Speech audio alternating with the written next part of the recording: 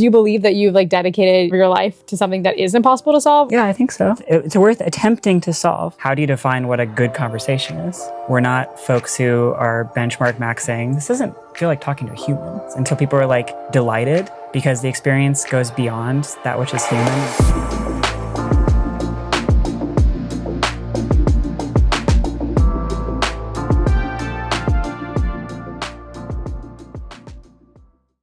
Hi everyone, I'm Morgan Blumberg, partner at M13.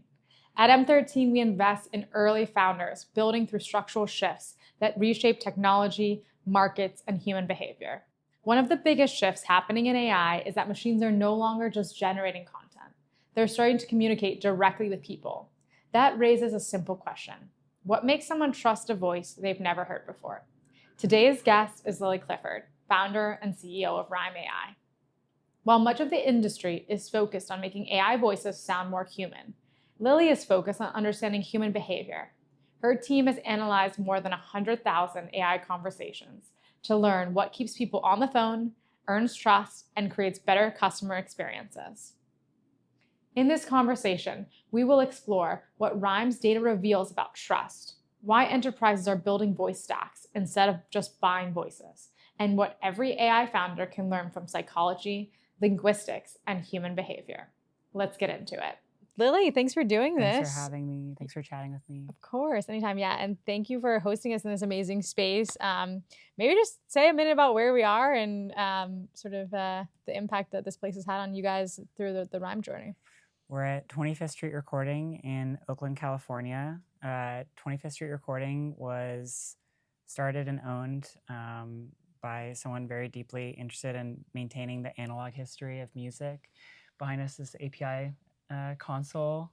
I don't know how many channels, 64 channels. And the personal relevance to Rime is that when we were starting the company, we had a lot of thought around novel methods of speech data collection. And so this is one of the only recording studios in the area that has a vocal recording isolation booth that's attached to the control room where you can have a conversation with the person that's in the control room. And so, yeah, the idea is just we ended up building our own recording studio. It's much less nice than this. But when it comes to creating really memorable moments, there's no better place than somewhere that's dedicated to putting moments in history, creative moments in history to tape. Yeah.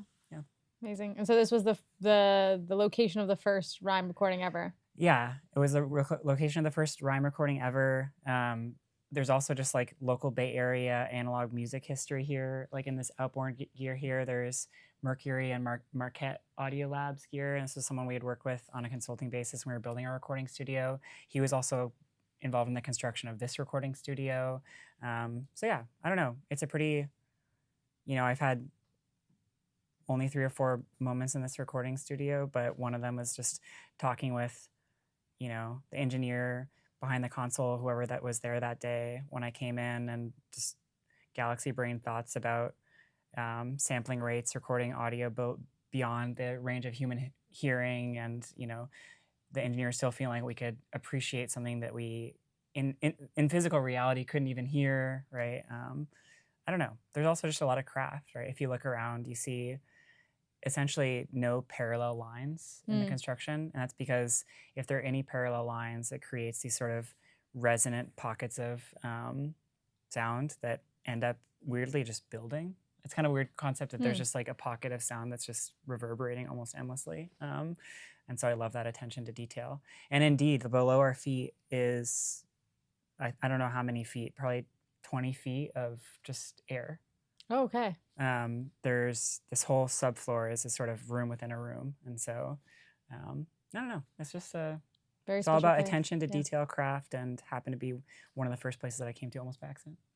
Yeah, and speaking of attention to detail, craft, I think it's a good way to describe a lot of the differentiation that you guys bring to sort of how you think about voice quality and not just sort of what it looks like to build better voices, but what it looks like to have better voice interactions. Maybe tell us a little bit about, Rime and your mission and sort of how that kind of how that sort of quality of interaction drives a lot of the work that you guys do. I don't think people realize how abstract this notion is of naturalness or of human likeness. And I think on the face of it, right, like when we think about generative models and speech, it's always been for very static use cases. And what I mean by that is, right, like news reading, audiobook production with AI. That's not new. It's been around for 10 years. It used to suck a lot more, but it's still the case that for all these use cases, the quality bar is much lower than in real-time communication. And the reason for that, right, is like someone elects to listen to this thing. But when you interact with an AI voice agent and you're calling your bank, you're calling your cell phone provider, you're calling a medical provider, you're not calling because you're just like, you know what I want to do? I'm gonna call my bank right now. Yeah. And so people's quality bar is so much higher. And it's for that reason that there is, in essence, no margin for error. And people's quality bar is so much higher because what they're expecting is a human interaction. They're not expecting an experience of like ingesting content. And so, the chip on our shoulders fundamentally is that historically, right, at the foundation of our company and also to this day, right, like I think the market never seems to catch up to us when it comes to this from a philosophical point of view, is that the bar will always get higher, right? And so like where once people were talking about like in this cascaded stack having a fast and accurate speech recognition model and a flexible large language model and then a fast and high quality speech synthesis model, these are sort of at this point things we don't find worth talking about. And it's because as soon as those things are solved and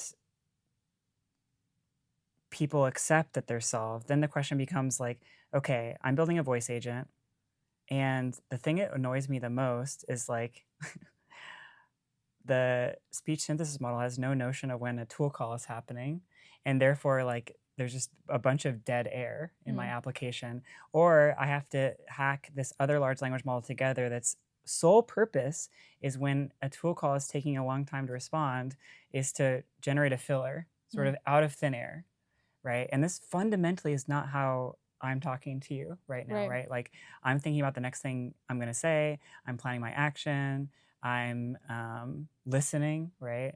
And there's so much room to grow because today it's simply the fact that like, I'm proud that we power a lot of the Fortune 500. And at the same time, I listen to the recordings, right? Like, and again, I'm proud. And at the same time, I'm like, this doesn't feel like talking to a human, right? And until that happens, until people are like delighted, right? Because the experience goes beyond that which is human. In fact, like there's indeed in the same way that like LLMs in some way have like superhuman ability in software, right? Like they should have superhuman ability in terms of conversing. And that is hard because how do you define what a good conversation is? Yeah. And in that way, right, like we're not folks who are benchmark maxing, no interest really, right? Like, and indeed no interest in benchmark maxing on like the leaderboards that exist for the models that we serve today because they're so in a vacuum, right? They're not contextualized in the context of a conversation and therefore to me useless. Yeah. I know you guys have done a lot of work in studying the data around what a good conversation is. And I know that obviously that's your North Star, to make it as natural and human-like as possible. And then to unlock like the vast experiences that sort of can be imagined on top of that when that capability exists. I know you guys recently did a study with Mira.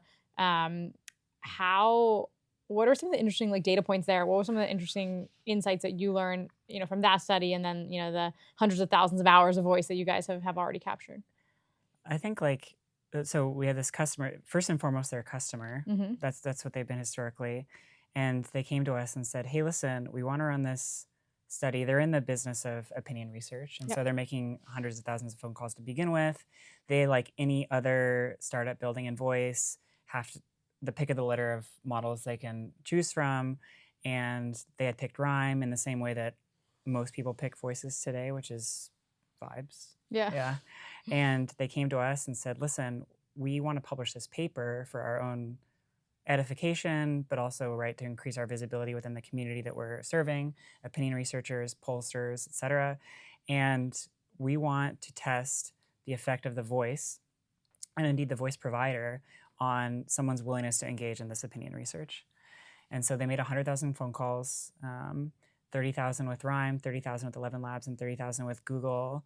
And what they found is, and again, all being equal, same questions. They're asking, in fact, about something that's designed to be, I mean, whether or not you think it's contentious, maybe you do, maybe you don't, but they're asking about people's opinions about public transit. Okay. Like probably everything's contentious, but like one of the least contentious things you can ask about, and then just measured a variety of things, right? Like how many people are hanging up during the legally obligated introduction that you have to do. You mean you have to say like, this is a pre-recorded message. Indeed, it is not a pre-recorded message anymore. It's happening on the fly. But I'm gonna ask you some questions about your opinions about public transit and so on. They're just measuring how often people are hanging up during that first 10 seconds.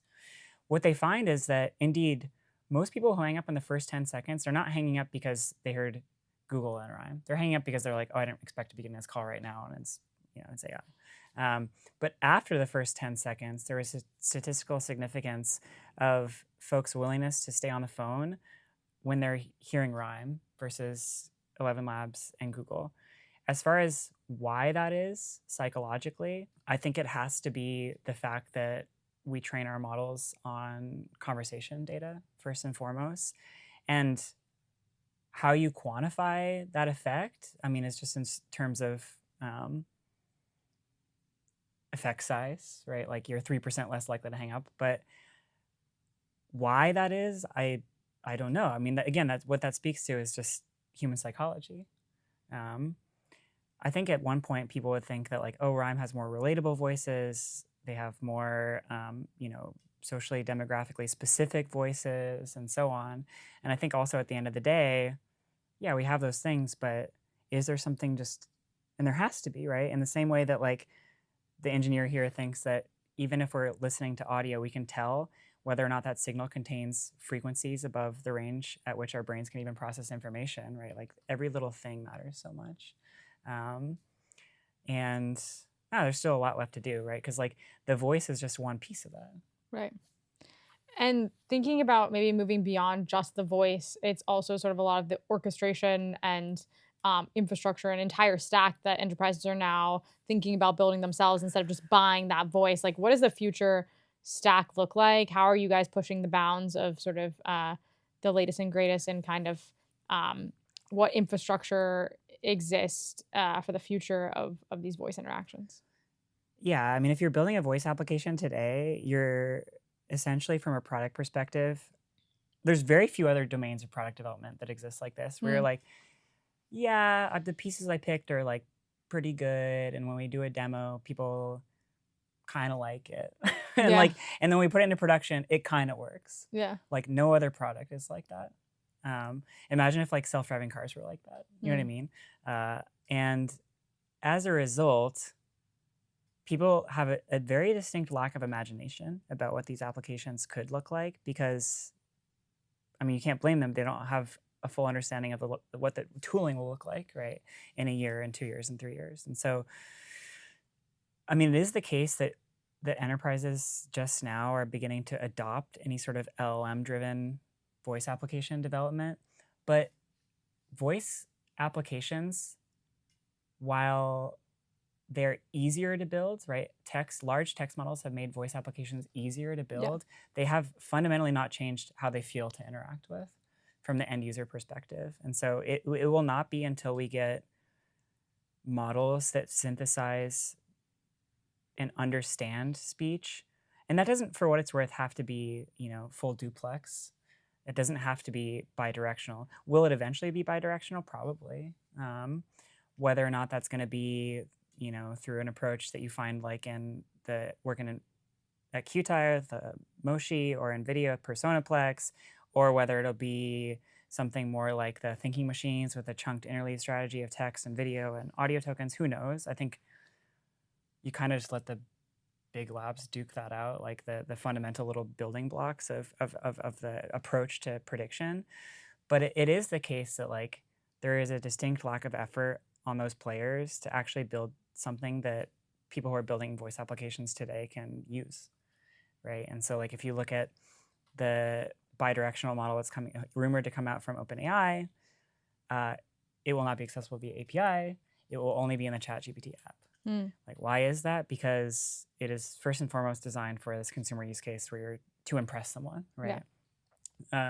So I think when we recruit machine learning talent, the way that we sell them is, at least the reason why they're bought in, right, is like, well, for one, like the founders come from a machine learning practitioner background, and two, it's because our vision is building primitives, modeling primitives that are very pragmatic, right? Like they expose capabilities in speech understanding, in tool calling, and in speech generation that are composable. And when you have something that's composable, you don't have to build AGI, right, in order to affect a higher quality of development, a higher quality of experience for the end user. All you have to do is provide someone with the building blocks. And I think that building block approach is fairly unique to us, and also means that the problem space that we have to solve for is so much, it's smaller, but it's also a space in which our curiosity and craft become, and our customer feedback, right, become research instruments over and above just like, hey, let's burn a bunch of compute on reinforcement learning and see what happens. Yeah. And these building blocks, what do you think it will take for your customers to feel comfortable actually building their own sort of voice stacks? How do you walk them through that journey? As you said, it's fairly early on that front, but what are like the missing pieces right now? There's so much noise in voice, I feel like. And so what are the misconceptions around sort of if you wanted to stand up your own enterprise grade voice stack today, what's missing and how do these building blocks sort of solve for some of that?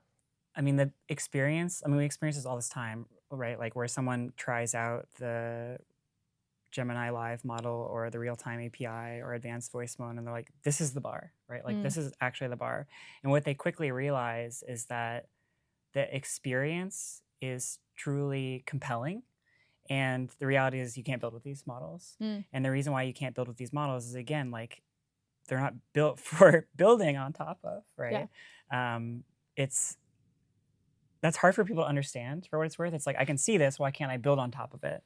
I mean, you quickly realize, right? It's like, you talk to one of these models and you're like, hey, my name's Lily, how do you spell that? And it's like, has no idea, right? Has no notion of like how a word is spelled. Why? Because they post-trained this model with no text. It started with text representations, and some of these models have text representations in the background, but effectively, like, they've neutered the model's ability to understand text. And so, yeah, it just comes down to like, what are you willing to gain? What are you willing to lose when you design a model? Because when we design the next set of primitives for speech in real time, it's not like we're not like geniuses. You know what I mean? Like, we're not like machine learning prodigies. It's just a design choice. It's a design choice to say like, okay, it doesn't need to do those things. It needs to do these things. And other people are making different decisions, right? That to us is very interesting, as techniques for modeling do become more powerful just by virtue of the fact that there's so many more parameters, right? Just because of the pre-trained, like the tide that we're riding is that like when we train a model, we're not going from the ground up, right? Like we're able to leverage like pre-existing text representations that exist in these text large language models, the open ones. And what that means is that 90% of the work on intelligence has been done for us, right? And when we build that frontline voice interaction model that sits in front of every interaction that you have with a computer, right? And a computer meaning like compute, it also meaning intelligence, right? And that's what these voice applications are, right? Is like they're way more intelligent than they used to be. But yeah, it's just simply the case that like, because large enterprises are now just being able to understand like what are the building blocks. That's the first question they have to understand. Like, what are the building blocks that we have, and who are we going to build that in-house? If we're not going to build it in-house, what partner is going to build it for us? But then here's the dirty secret, is like those partners who are building them also need the exact same kind of primitives that, right? So I think no matter if we're going through, someone who's buying a voice application off the shelf, here's another dirty secret though, no one's buying a voice application off the shelf, right? Like there's so much work to be done. Yeah. And I think the thing that enterprises are realizing is that like a third party doesn't know how to do that work. Why do they not know how to do that work? Because they have no idea what the customer journey looks like. Right. For every business, it's very different, right? A large credit reporting agency which has a direct-to-consumer line of business and then also this like regulatory line of business, fundamentally different from their competitor that doesn't have the direct-to-consumer line of business, right? Yeah. And the customer journey is different. And so I see this when we're in a call with the end enterprise and then also the partner that's building it. What are they building on top of? They're building on top of Rime, but they're building it right on behalf of the large enterprise. And I think the thing that the large enterprise finds very frustrating is I think they're like, wouldn't it just be easier if we just did the rest of ourselves? Like I'm having to like play a game of telephone. Right. Telephone. Like I'm building a telephone application. Yeah, I'm like talking through a telephone. Like, no, I thought we had told you like the API. Like I thought you had tested the API already. You know what I mean? Yeah. I understand. Super weird. Yeah. So I think two interesting things you talked about. Sort of what I would love to dive deeper into. So like one is just like that the choices you're making around design and taste are actually sort of the unique value that you guys are bringing to the table. I'd love to get your philosophy on sort of like why you guys have that unique perspective, but maybe even just going back to sort of hitting the nail on the head with sort of the way you're thinking about the components to allow enterprises to sort of build this natively themselves.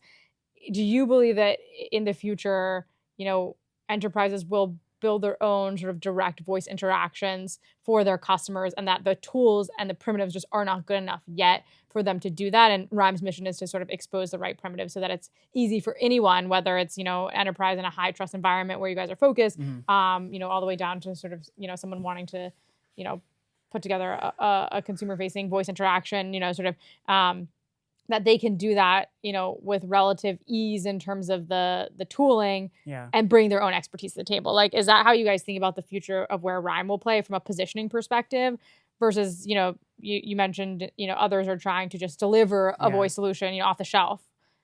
I mean, I think what you're going to see is the same thing that you're seeing in SaaS. Yeah. Which is who starts by replacing their SaaS subscriptions with something that they build in-house? It's like companies like Rime. Right? And then who are the next people to build it in-house, right? It's like digital native companies, enterprises. There's always going to remain a segment of the market that buys.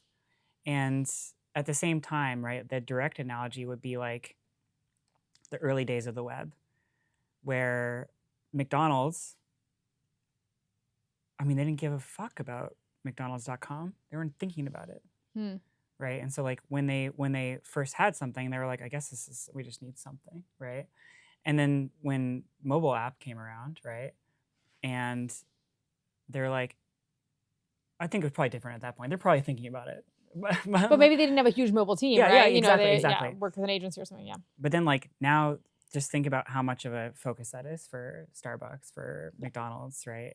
And I think what you're going to see first is like adoption where there's revenue, right? Like the revenue channel of business is always going to be the earliest adopter of, a self-built effort. And so with all of that said, Rime just replaced a $200,000 SaaS contract. It was up for renewal with something that one of our engineers built in a month.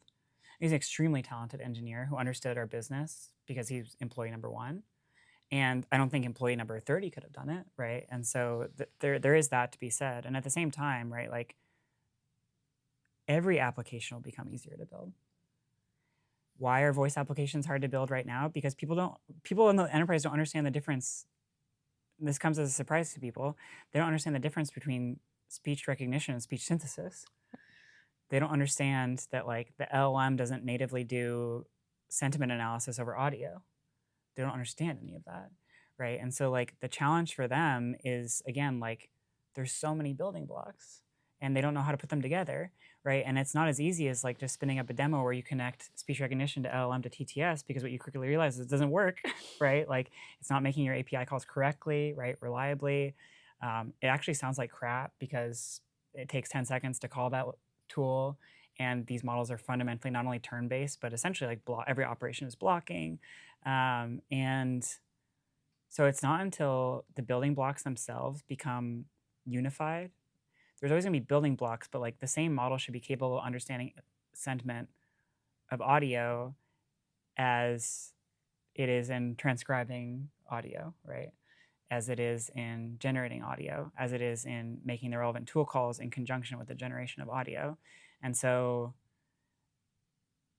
it's not until there's like essentially one capability that then you have different harnesses around that people are going to understand, like, wait a second, I literally don't need to look at code anymore to build a voice application that works. All I have to do is think about the behavior from first principles, and that won't be easy, right? Yeah. It's hard. But in success, Rime can essentially be one layer built up of many building blocks that allows someone to control harnesses to sort of achieve their end goal without having to be technical themselves. Correct, yeah. And then the question then becomes like, which of those pieces does Rime own? And I think the reality is like there probably are some applications that are going to need frontier levels of intelligence, and Rime can't ship frontier levels of intelligence because it costs billions of dollars to ship frontier levels of intelligence. Billions of dollars. And that's fine, right? Like the building blocks that we build simply need to call those frontier levels of intelligence, and they need to know how to continue the conversation in the interim period between calling it and hearing back, right? That to me is super interesting because, again, like we're not talking about a capital. It's not a capital play at that point. It's like it's a design and empathy flywheel where we understand what our customers are trying to do, and then we help them do it. Yeah. And to that point, the design and taste aspect of doing that well feels like something you guys are uniquely suited for with your backgrounds. Like maybe talk a minute about the team and sort of backgrounds around language and speech and linguistics. Yeah, I have two co-founders, Brooke and Aries. Brooke is an academic linguist by training. She was a professor at Harvard, teaching theoretical syntax. I mean, someone that I've learned a lot from honestly, about like what it means to be human, and someone who cares really deeply about language, who understands how to spend our time. You know, there's so much to do in any startup, let alone like solving natural language processing. And so she brings a pretty deep level of understanding, right? It's like if we're thinking about homograph disambiguation, homograph is a word that's spelled the same way but pronounced in a different way. And you know, Aries is front lines with customers, managing, right, like the commercial relationships, the partnerships that we have, and getting feedback from customers. And it turns out like no model knows 100% of the time how to pronounce the word live or live, even in context. It also is the case that's like the hardest homograph, right? And so that's where most of our time should be spent in solving. Why is it the hardest homograph? Because it's 50% of the time live and 50% of the time live. It's like you throw a coin, right? So yeah, I learned a lot from Brooke, and Brooke is responsible for all the data collection that we do. And Aries wouldn't describe himself as a linguist, although when I met Aries, he was working at UCSF in the Chang Lab, which has since spun out into Echo Bio, building computer brain prosthetics for epilepsy patients. And it's actually like brainwave to speech synthesis problem, or in some sense speech recognition problem. They're actually like using electrodes on the brain to classify what someone's trying to say. And the way that they're actually doing that is on the motor cortex. And I'm doing this, but I have no idea where the motor cortex is. Yeah, sure. Because again, someone lost the motor ability to speak. They didn't lose the cognitive capability to speak. And so, yeah, I think, you know, we all come from, in essence, a speech technology background, a machine learning background, but we wouldn't consider ourselves machine learning engineers or research scientists first. I think we would consider ourselves product thinkers, operators, people who solve problems. And you yourself, you were at Stanford doing your PhD in linguistics. So what made you want to take the leap into being a founder instead of, pursuing that prestigious path as well? I mean, any entrepreneur can see, in essence, like a cone of possibility for where technology will take us. Like, I don't know, if here's the present moment, I don't know if we're going to be here or here. It's going to be somewhere in between, right? And I think there's this chip on my shoulder, honestly, which is to say, like, if I don't do it in this way, then other people will do it, and I will disagree with how they do it. And that just comes down to, like, I'd been, seeing products get built in speech processing for a long time, and like they're all like,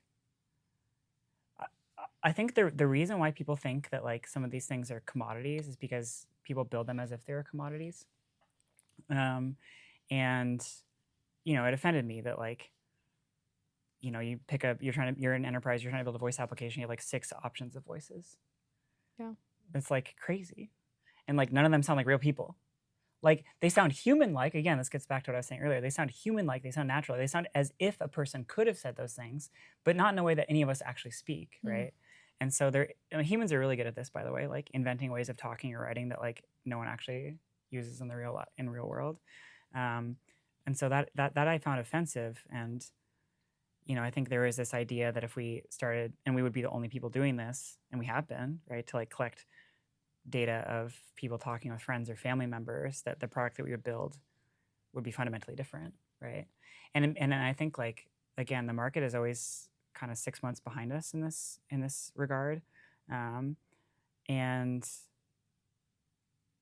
I think when we started building, and there was this huge like prosumer adoption of AI voice, there was this sort of moment of being like, oh, I had this, at least. If you ask Brooke and Ari's, they're probably like, we didn't care. There's, in my mind at least, there was like, oh, maybe I should have done that. Or, there are people who are building in voice all the time, and like the focus is so much more like AI girlfriend, or it's true, you can build an AI girl. I mean, it's different, right? Yeah. And so I don't know. We've just been pretty consistently focused on this end problem of like, we start with, how do you make voices that people want to talk to? Not just that sound human-like, but that people want to talk to. And then, the phase of development that we're on now is like, how do you build models that not only do that, but do the things that humans do when we're talking, right? Like, the way that they produce speech is again conditioned on everything that's already been said. Like, even that is not something that exists today. And then the third piece of this, right, is like, how do you create conversations that people want to keep having? Yeah. And I think, like, it's like a kind of conversation general intelligence that is probably like Pareto frontier, but also probably unachievable, honestly, because a lot of data left to collect, a lot of things to understand, a lot of design problems to have. But the thing that makes me really excited is like, now that we've solved a lot of the like pronunciation and latency and concurrency, like all that stuff, right? Like all the stuff that people endlessly talk about, then we can start to think, right, as we build increasingly end-to-end models, like, how should this conversation sound? And there we're really lucky, because we have customers who are, they're not linguists, but they look to us and they're like, why does this call sound weird? Like, voice sounds good, like correct responses, but it sounds really weird, right? And an example that I heard today was like in the logistics space. The interesting thing about this is, like, I don't need to really know that much about the logistics space. I don't need to know that much about fast food. I don't need to know that much about healthcare. Like, all the problems are the same, that I deal with in interfacing with those problems. And they're like, why does this sound weird? And I'm like, you have to actually think about it. You listen to it and you listen to it again. You're like, well, it sounds weird because the AI agent asked for some information. The person said the information that they thought the AI agent was asking for. Then the AI agent says, well, that's not the information I have. And then it says, can you give me the information? And then the person says, yeah, I thought it was this. And then in the exact same tone of voice, the AI agent says, no, that's not correct. That's not what I see on my system. Like, what else? Like, tell me what the information is. And it's like, at any given point that this happens, like, the human on the other phone would just hang up. Yeah. So frustrating, right? Not because like, I mean, genuinely, that information probably didn't exist, right, on the other end, but the experience of being asked the same question in the same way is not something that a human would do, right? So that to me is really interesting. And again, as models become more and more powerful, our unique flywheel allow us to be like, okay, you're gonna go into the recording studio, go collect that conversation, right? And then in essence, it's solved, you know. You mentioned something that I think is interesting. I want to double click on. So you said that essentially building these conversations to be unique and complete as a human would is an impossible problem. Do you believe that you've like dedicated your time and, the next, however long of your life to something that is impossible to solve? Or do you just think that? I think so. Yeah, I think so. So why go after an impossible problem? What makes you want to do that? Because it's worth solving. Like, it's worth attempting to solve. An analogy would be like, there's this guy in Sweden, one of the 3 founders of this company called Nord. They make keyboards. And the keyboards they make are for stage musicians, touring musicians. You can't bring a grand piano with you, right, on a world tour. You can rent them, but guess what? Everyone's going to sound different. It's going to be really weird to learn how to play on a different piano every night in a different country. And so he has dedicated his life to digitally modeling these acoustic instruments. And I think if you were to ask him and say, like, when you model, right, a Hammerstein grand piano, do you think that your model is as good as the acoustic piano? He would say, no way. But guess what? Our customers can't bring a Hammerstein grand piano with them, right? I mean, it's the sad truth that like a lot of the beachhead use cases for us are like in customer support, where it is true that like an AI agent's like just better because like it's people don't want to work those jobs, right? Like it truly, I think like a lot of these calls are imminently automatable, even with the current state of technology being what it is, because the existing experience with humans is so horrible. And at the same time, if we think about like the greenfield opportunities and voice interaction with computers, the ones that like all of us will be having all the time, not just when we have a bad day, is it going to be as good as talking to your best friend? No, it's not going to be as good as talking to your best friend. But you're going to be able to get stuff done for sure. Yeah. So your bar for excellence, if you go back to the cone that you talked about, is just it's the absolute sort of top 1% you find to be something that will never be as good as a human, but you think you're going to get close enough to make a real dent in sort of how people interact with voice. Yeah, I think so. I think that like humans have been typing for like 120 years. I see screens staying. I want to be very clear. And I see probably some tactile interface with computers staying. Just because like if I'm on the subway, I'm not going to be able to talk to a voice agent, right? But maybe not. Like I think a lot of the computing that's going to happen is going to be background, right? And like the interaction that we have with the screen, it won't be like us dragging windows around. It'll be like a heads-up display. I don't mean glasses. Maybe it'll be glasses. I don't really know. I don't really care. But like when compute becomes something that's happening always in the background, and the flip side of it, right, is that like the effort that is required to create, for example, an image has gone to zero, then people's willingness to engage with that also goes to zero. There's just economically.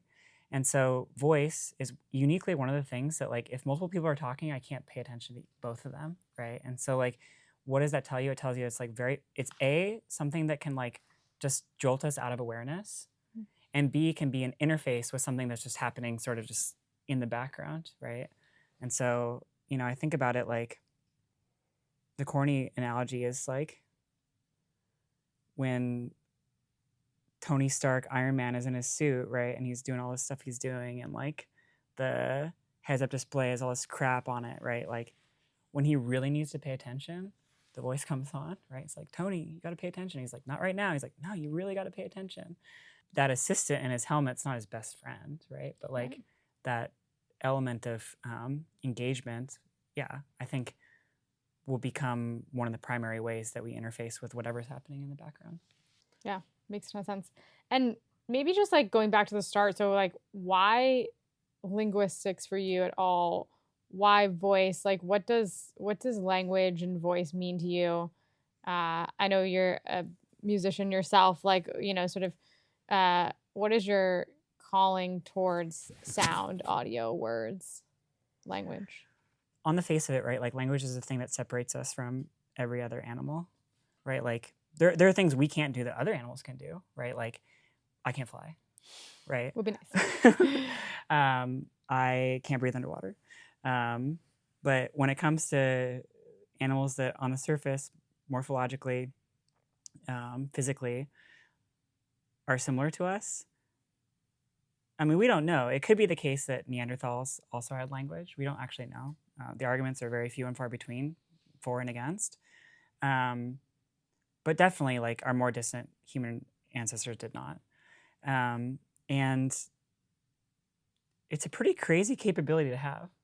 Like, it's mind-boggling. And so, thinking about being curious about language is just another way of being curious and inquisitive about what it means to be human.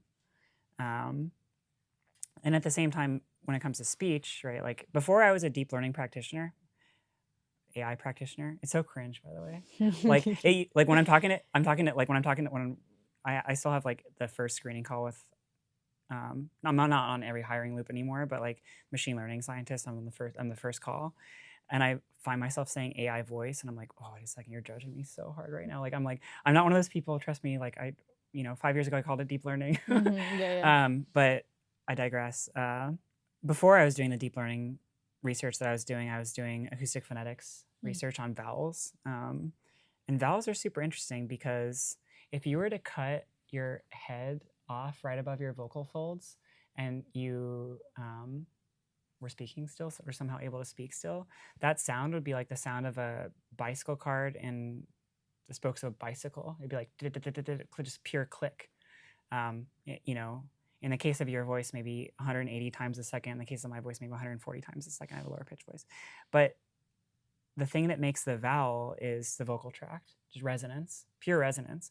And what resonance means is you take that clicking sound, which is the fundamental frequency, the pitch, and this is just how physics of sound works. At every multiple, so like at a multiple of 140 hertz, at 280 hertz, and then 420 hertz, and so on, there is an exact replica of that frequency, a harmonic. And all your vocal tract is doing is shaping that pure stack of harmonics, the multiple, into something that sounds like a vowel. It sounds like an ah versus an e versus an u. And so I was doing research on that, and like, how can you not be interested in something that happens, by the way, infinitely? Like not just at 420 and 560, but infinitely. It's hard to wrap your head around that, right? And so when you ask me, like, will machines learn to speak like humans? No, they won't learn how to speak like humans. Why will they not learn how to speak with humans? Because like all these models that we're training to understand audio are operating on like digitally sampled sound, right? Like it's indistinguishable to our ears, but there's no meat, right? Like there's no meat shaping that sound in an analog signal that repeats infinitely. All we're letting the machine see is like this tiny fraction, right? So that to me is very interesting. Maybe thinking just about where you are in your founder journey and sort of, flashing back to kind of yourself as a child, sort of what would have surprised your younger self about this journey that you're on, and maybe curious kind of what you wanted to be when you grew up as a child, and do you feel like you're following in that path, or that you've diverted from sort of what your childhood self would have thought? Well, I found a literal like drawing I did when I was like 6, and they asked you, what do you want to be when you grow up? And it said I wanted to be an inventor, which is not very far off, right? I would say like there are many things I do in my job as CEO that go way beyond inventing. I mean, you're inventing like a whole other thing apart from your invention. So I would say not very far off. I would also say that like if you were to ask me 5 years ago, I wouldn't. If you were to tell me 5 years ago that like when I was a kid, I was like, I want to be an inventor, I'm like, okay, whatever. I'm just gonna be a professor. I'm gonna be, So in that way, I think like there's probably something I knew as a child that I know now, but in the interim had forgotten. But now, of course, as many probably entrepreneurs feel, hard to imagine doing anything else. Yeah. And given how hard the problem is that you're going after, being on the cutting edge of technology and facing sort of a lot of problems that still are unsolvable in the market that you're going after, sort of what keeps you going? What keeps you motivated, when you have a hard day, sort of, yeah. How do you think about that? A lot of that comes down to the people you build with, right? Because there are a lot of hard days, and a lot of you're pushing to create something that didn't exist before, not only a product, but a company, an ethos, and right, like a whole set of people who believe in the problem, and it's not easy, and at the same time, right, I don't know, I wish I could say that like the science keeps me going. I wish I could say like the customers keep me going. I wish, and these are all true, right? Like, but they aren't the sole thing. I would say the sole thing that keeps me going is like that I don't know what else I would do, which sounds kind of bleak, but I don't think we get to choose in life. I don't think many of us get to choose in life. Like what? Sometimes I wish I could just be happy, like doing anything else. Yeah. But guess what? Can't. I think it's a gift and a curse. And I think I'm lucky to have, mentors who remind me that it's a gift more than it's a curse. Yeah. Yeah. Well, thank you for having us. Thank you for hosting us in this space that has been sort of the start of your journey. I know it's still early in that journey, but we are excited about the great things to come. And you may never reach the peak of perfection of human conversation, but I think you're getting very close. So appreciate it. Thanks, Morgan. Yeah. Thanks for being on for